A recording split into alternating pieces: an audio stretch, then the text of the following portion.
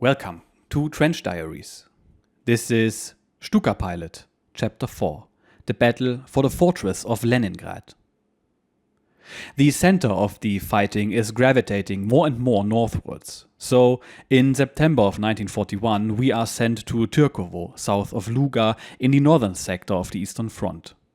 We go out daily over the Leningrad area, where the army has opened up an offensive from the west and from the south. Lying as it does between the Finnish Gulf and Lake Ladoga, the geographical position of Leningrad is a big advantage to the defenders, since the possible ways of attacking are strictly limited. For some time, progress here has been slow. One almost has the impression that we are merely marking time. On September the 16th, Lieutenant Steen summons us to a conference. He explains the military situation and tells us that the particular difficulty holding up the further advance of our armies is the presence of the Russian fleet moving up and down the coast at a certain distance from the shore and intervening in the battles with their formidable naval guns. The Russian fleet is based on Kronstadt, an island in the Gulf of Finland, the largest war harbor in the USSR. Approximately 12.5 miles from Kronstadt lies the harbor of Leningrad, and south of it the ports of Oranienbaum and Peterhof. Very strong enemy forces are massed around these two towns on a strip of coast some 6 miles long. We are told to mark all the positions precisely on our maps so as to ensure our being able to recognize our own front line. We are beginning to guess that these troop concentrations will be our objective when Flight Lieutenant Steen gives another turn to the briefing.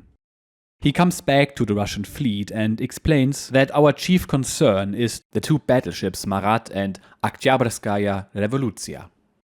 Both are ships of about 23,000 tons.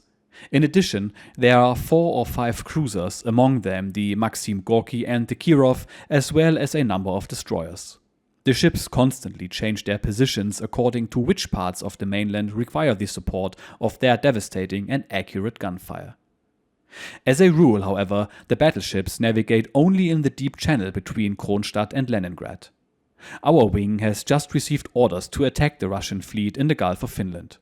There is no question of using normal bomber aircraft any more than normal bombs for this operation, especially as intense flak must be reckoned with. He tells us that we are awaiting the arrival of 2,000-pounder bombs fitted with a special detonator for our purpose. With normal detonators, the bomb would burst ineffectively on the armored main deck, and though the explosion would be sure to rip off some parts of the upper structure, it would not result in the sinking of the ship.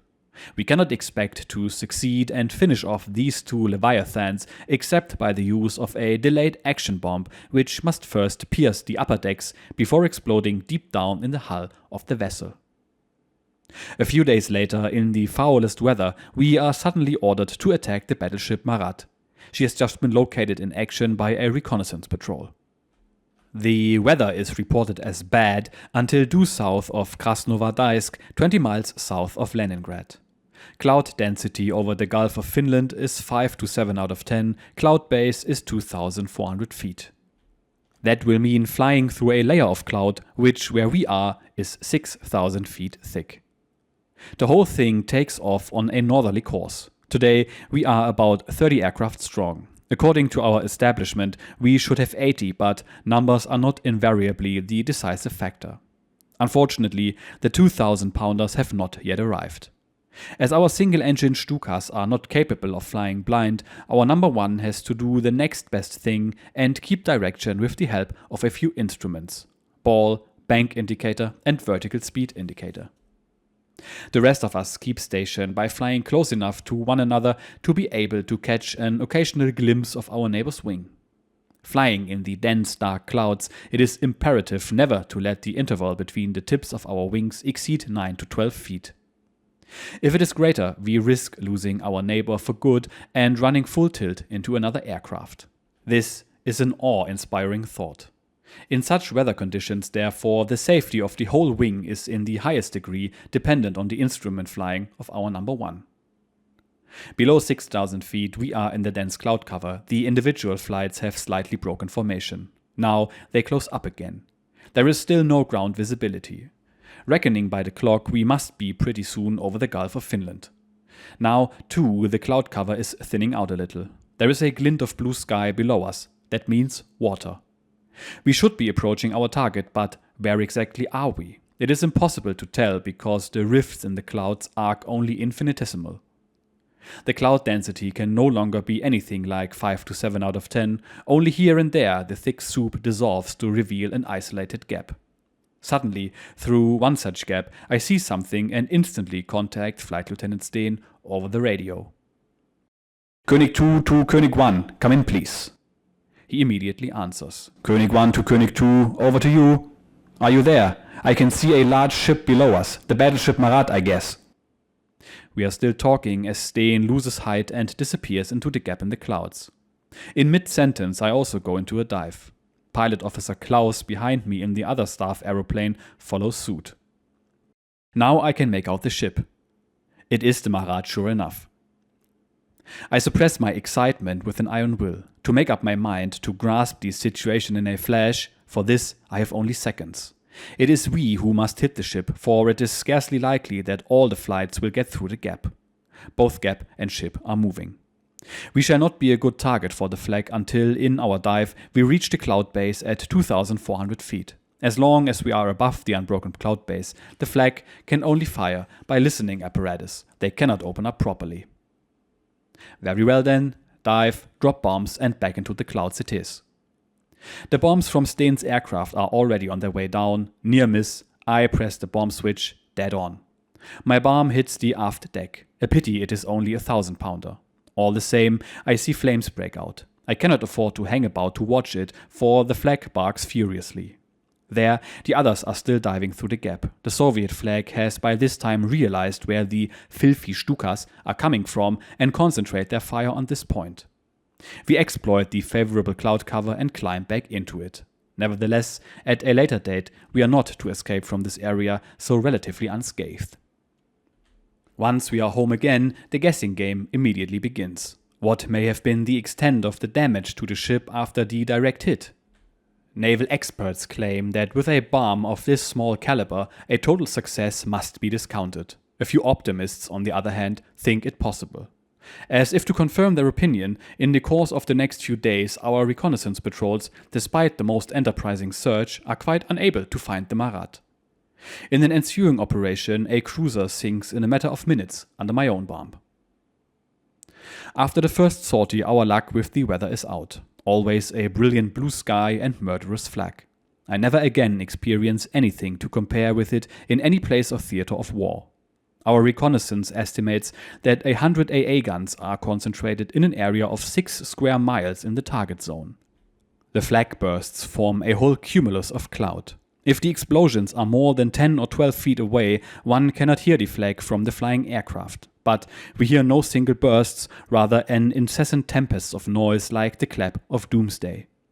The concentrated zones of flag in the airspace begin as soon as we cross the coastal strip, which is still in Soviet hands. Then come Oranienbaum and Peterhof, being harbors very strongly defended. The open water is alive with pontoons, barges, boats and tiny craft, all stiff with flag. The Russians use every possible site for their AA guns. For instance, the mouth of Leningrad harbor is supposed to have been closed to our U-boats by means of huge steel nets suspended from a chain of concrete blocks floating on the surface of the water. Even from these blocks, AA guns bark at us. After about another 6 miles, we sight the island of Kronstadt with its great naval harbor and the town of the same name. Both harbor and town are heavily defended, and besides, the whole Russian Baltic fleet is anchored in the immediate vicinity, in and outside the harbor.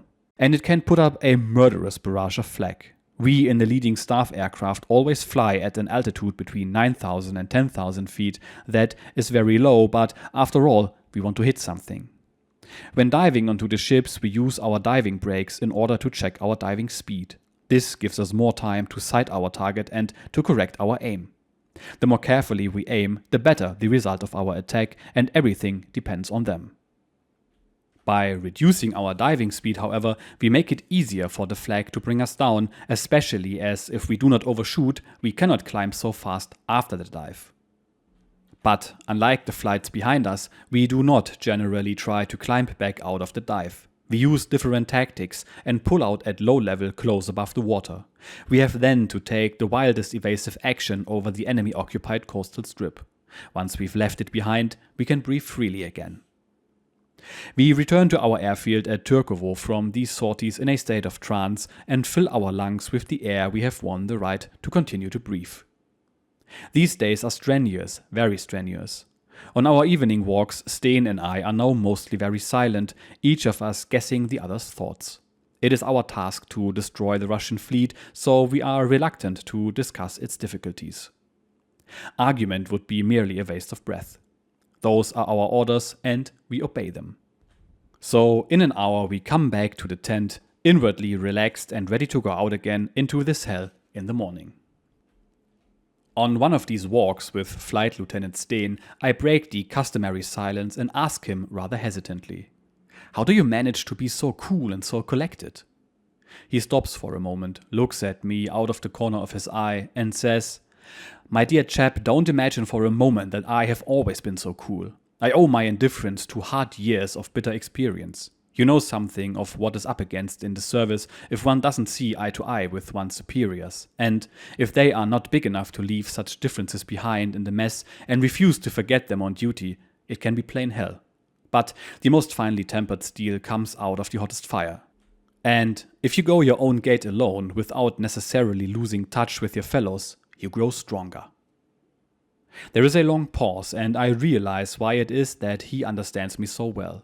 Although I am aware that my next remark is not very military, I say to him, "I too, when I was a subaltern, sometimes promised myself that if I were ever given a command, I wouldn't at any rate behave like some of my superiors." Steen is silent for quite a while before he adds, "There are other things besides which form a man. Only a few of our colleagues know that and so are able to understand my serious views on life.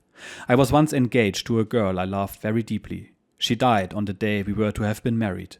When a thing like that happens to you, you don't easily forget it." I relapse into silence and go into the tent. For a long time afterwards, the man Steen is the subject of my thoughts. Now I understand him better than I did before. I realize how much virile strength and strength-giving understanding can be passed from one man to another in a quiet talk at the front. It is not the soldier's way to be communicative. He expresses himself very differently from a civilian. His talk is every bit as uncivilian and tongue-tied as it is popularly represented. And because war jerks a man out of all pretense and hypocrisy, the things a soldier says, even if they only take the form of an oath or a primitive sentimentality, are integrally sincere and genuine, and therefore finer than all the glib rhetoric of the civilian world. War awakes primitive strength in its servants, and primitive strength is only to be found in subjectivity, never in objectivity. On September the 21st, our 2,000-pounders arrive. The next morning, reconnaissance reports that the Marat is lying in Kronstadt harbor. They are evidently repairing the damage sustained in our attack on the 16th. I just see red. Now the day has come for me to prove my ability. I get the necessary information about the wind, etc. from the reconnaissance men, then I am deaf to all around me. I am longing to be off. If I reach the target, I am determined to hit it. I must hit it. We take off with our minds full of the attack, beneath us the 2,000-pounders which are to do the job today. Brilliant blue sky without a rack of cloud. The same even over the sea. We are already attacked by Russian fighters above the narrow coastal strip, but they cannot deflect us from our objective, there is no question of that. We are flying at 9,000 feet, the flag is deadly. About 10 miles ahead, we see Kronstadt, it seems an infinite distance away. With this intensity of flag, one stands a good chance of being hit at any moment. The waiting makes the time long. Dourly, Steen and I keep on our course. We tell ourselves that Ivan is not firing at single aircraft, he is merely putting up a flak barrage at a certain altitude.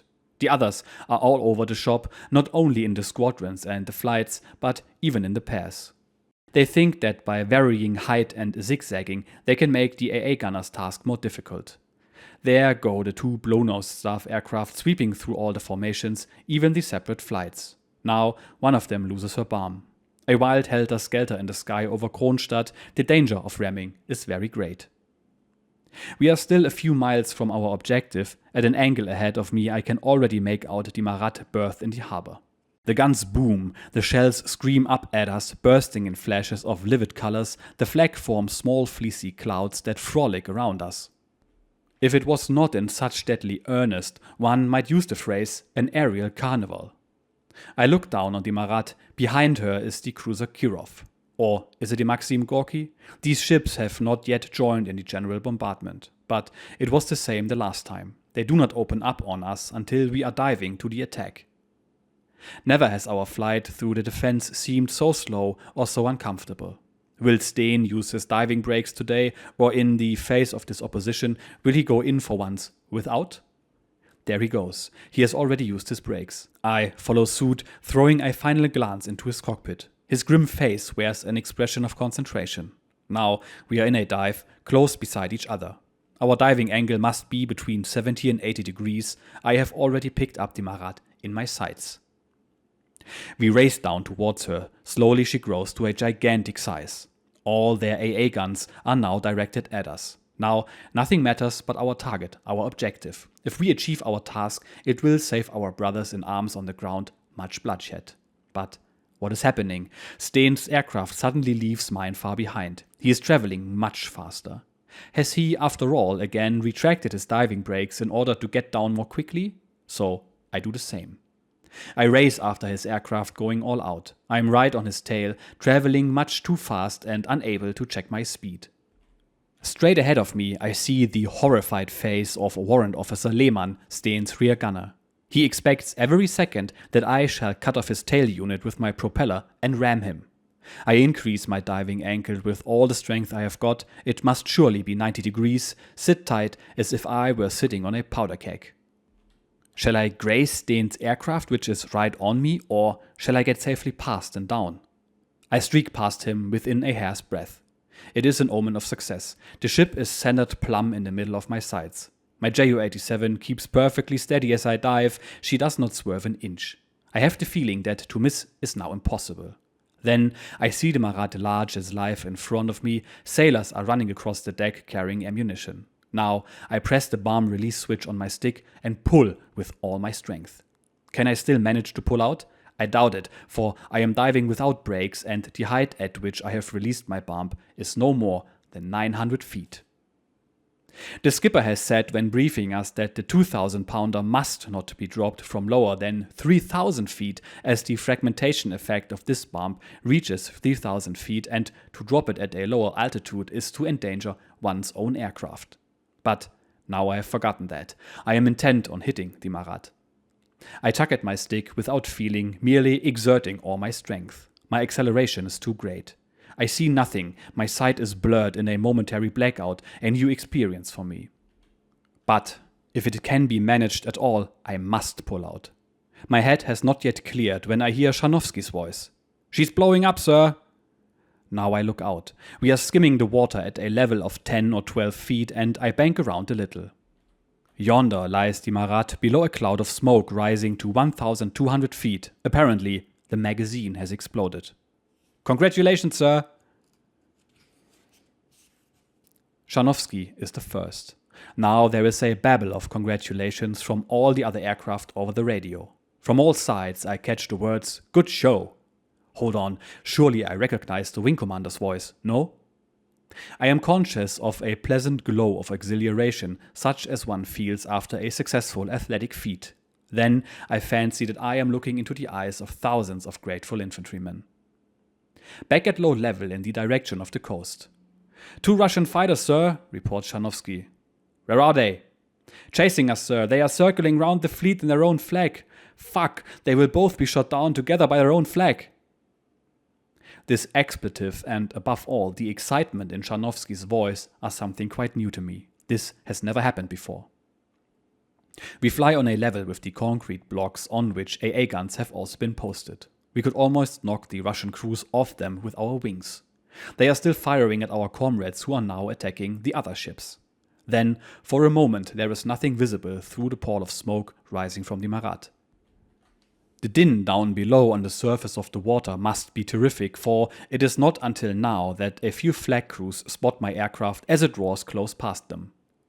Then they swivel their guns and fire after me. All have had their attention diverted by the main formation flying off high above them. So the luck is with me, an isolated aircraft.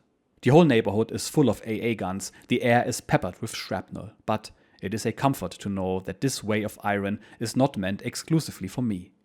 I am now crossing the coastline. The narrow strip is very unpleasant. It would be impossible to gain height because I could not climb fast enough to reach a safe altitude.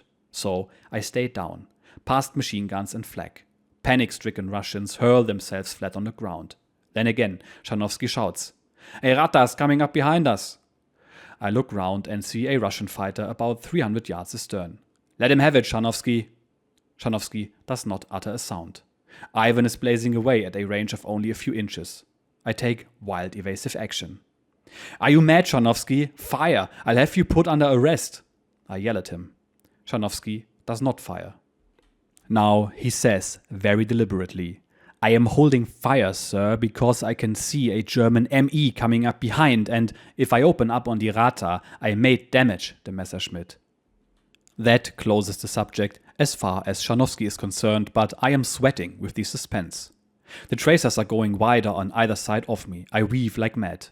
"You can turn round now, sir. The ME has shot down the Rata." I bank round slightly and look back. It is as Chanovsky says, there she lies down below. Now a ME passes groggily. "Chanovsky, it will be a pleasure to confirm our fighter's claim to have shot that one down." He does not reply. He is rather hurt that I was not content to trust his judgment before. I know him. He will sit there and sulk until we land. How many operational flights have we made together when he has not opened his lips the whole time we have been in the air? After landing, all the crews are paraded in front of the squadron tent.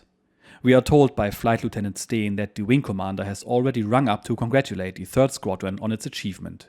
He had personally witnessed a very impressive explosion. Steen is instructed to report the name of the officer who was the first to dive and drop the successful 2,000-pounder in order that he may be recommended for the Knight's Cross of the Iron Cross. With a side glance in my direction, he says, "Forgive me for telling the Commodore that I am so proud of the whole squadron that I would prefer it if our success is attributed to the squadron as a whole." In the tent later, he wrings my hand. "You no longer lead a battleship for special mention in dispatches," he says with a boyish laugh. The wing commander rings up. "It is sinking day for the 3rd. You are to take off immediately for another attack on the Kirov berth behind the Marat. Good hunting." The photographs taken by our latest aircraft show that the Marat has split in two. This can be seen on the picture taken after the tremendous cloud of smoke from the explosion had begun to dissipate. The telephone rings again. "I say, Steen, did you see my bomb?" "I didn't, and neither did Pekrun." "Well, it fell into the sea, sir, a few minutes before the attack." We youngsters in the tent are trying hard to keep a straight face. A short crackling on the receiver, and that is all. We are not the ones to blame our wing commander, who's old enough to be our father, if presumably out of nervousness he pressed the bomb release switch prematurely. He deserves all praise for flying with us himself on such a difficult mission. There is a big difference between the ages of 50 and 25. In dive bomber flying, this is particularly true. Out we go again on a further sortie to attack the Kirov. Steen had a slight accident taxiing back after landing from the first sortie. One reel ran into a large crater, his aircraft pancaked and damaged the propeller. The 7th flight provided us with a substitute aircraft. The flights are already on dispersal and we taxi off from our squadron base airfield. Flight Lieutenant Steen again hits an obstacle and this aircraft is also unserviceable. There is no replacement available from the flights. They are, of course, already on dispersal. No one else on the staff is flying except myself. He therefore gets out of his aircraft and climbs onto my wing plane. "I know you're going to be mad at me for taking your aircraft, but as I am in command, I must fly with the squadron. I will take Chanovsky with me for this one as well." Vexed and disgruntled, I walk over to where our aircraft are overhauled and devote myself for a time to my job as engineer officer. The squadron returns at the end of an hour and a half. Number 1, the green-nose staff aircraft, mine, is missing. I assume the skipper has made a forced landing somewhere within our lines. As soon as my colleagues have all come in, I asked what has happened to the skipper. No one will give me a straight answer until one of them says, "Steen dived onto Kirov. He was caught by a direct hit at 5,000 or 6,000 feet. The flak smashed his rudder and his aircraft was out of control. I saw him try to steer straight at the cruiser by using the ailerons, but he missed her and nosedived into the sea. The explosion of his 2,000-pounder seriously damaged the Kirov, though. The loss of our skipper and my faithful Corporal Scharnowski is a heavy blow to the whole squadron and makes a tragic climax to our otherwise successful day. The fine lad Scharnowski's gone. Steen is gone. Both in their way were paragons, and they can never be fully replaced. They are lucky to have died at a time when they could still hold the conviction that the end of all this misery would bring freedom to Germany and to Europe. The senior staff captain temporarily takes over command of the squadron. I chose Flight Sergeant First Class Henschel to be my rear gunner. He has been sent to us by the reserve flight at Graz, where he flew with me on several operational exercises. Occasionally, I take someone else up with me, first the paymaster, then the intelligence officer, and finally the master of ordnance. None of them would care to ensure my life. Then, after I have taken on Henschel permanently and he has been transferred to the staff, he is always furious if I leave him behind and someone else flies with me in his stead. He is as jealous as a little girl. We are out again a number of times over the Gulf of Finland before the end of September, and we succeed in sending another cruiser to the bottom. We are not so lucky with the second battleship, Oktoberskaya Revolucja. She is damaged by bombs of smaller caliber, but not very seriously. When we manage on one sortie to score a hit with a 2,000-pounder, on that particular day, not one of those heavy bombs explodes. Despite the most searching investigation, it is not possible to determine where the sabotage was done, so the Soviets keep one of their battleships. There is a lull in the Leningrad sector and we are needed at a new key point. The relief of the infantry has been successfully accomplished, the Russian salient along the coastal strip has been pushed back with the result that Leningrad has now been narrowly invested. But Leningrad does not fall, for the defenders hold Lake Ladoga and thereby secure the supply line for the fortress. And there we are, the first great success of Hans-Ulrich, the sinking of the Marat, a gunboat-class battleship with a displacement of 24,800 tons. Many things to talk about here, so let's go. First of all, the ordnance used. As our author says, the standard armament of the Ju-87 was a 500 kilogram or 1,000 pound high explosive bomb. This was nowhere near sufficient to engage heavily armored naval targets, so the Luftwaffe was issued the so-called SC-1000 bomb with its armor-piercing PS-1000 variant. SC-1000 stands for Sprengbombe zylindrisch 1000 kg, meaning high explosive bomb, cylindrical shape, 1000 kg payload.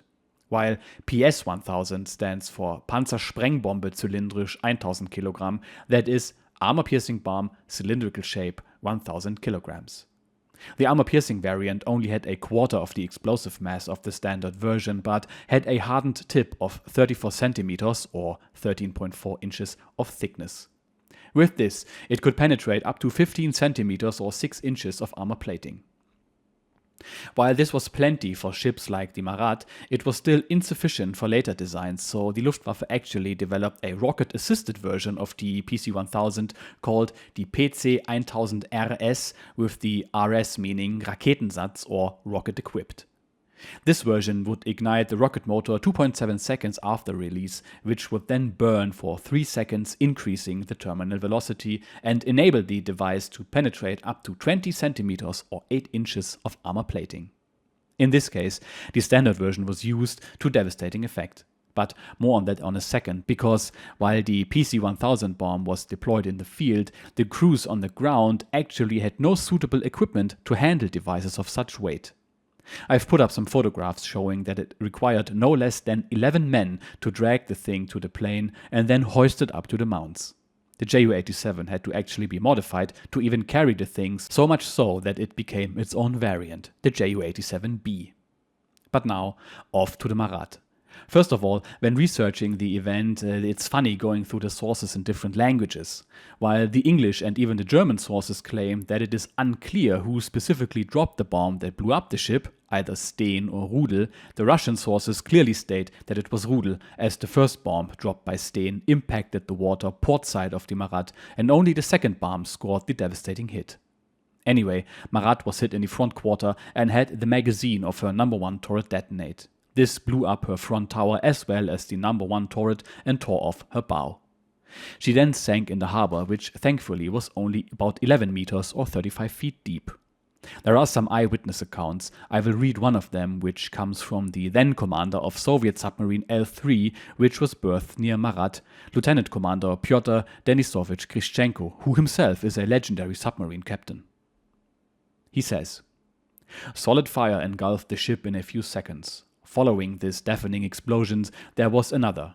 Huge clouds of smoke and fire enveloped the nose of the battleship, again 2 explosions.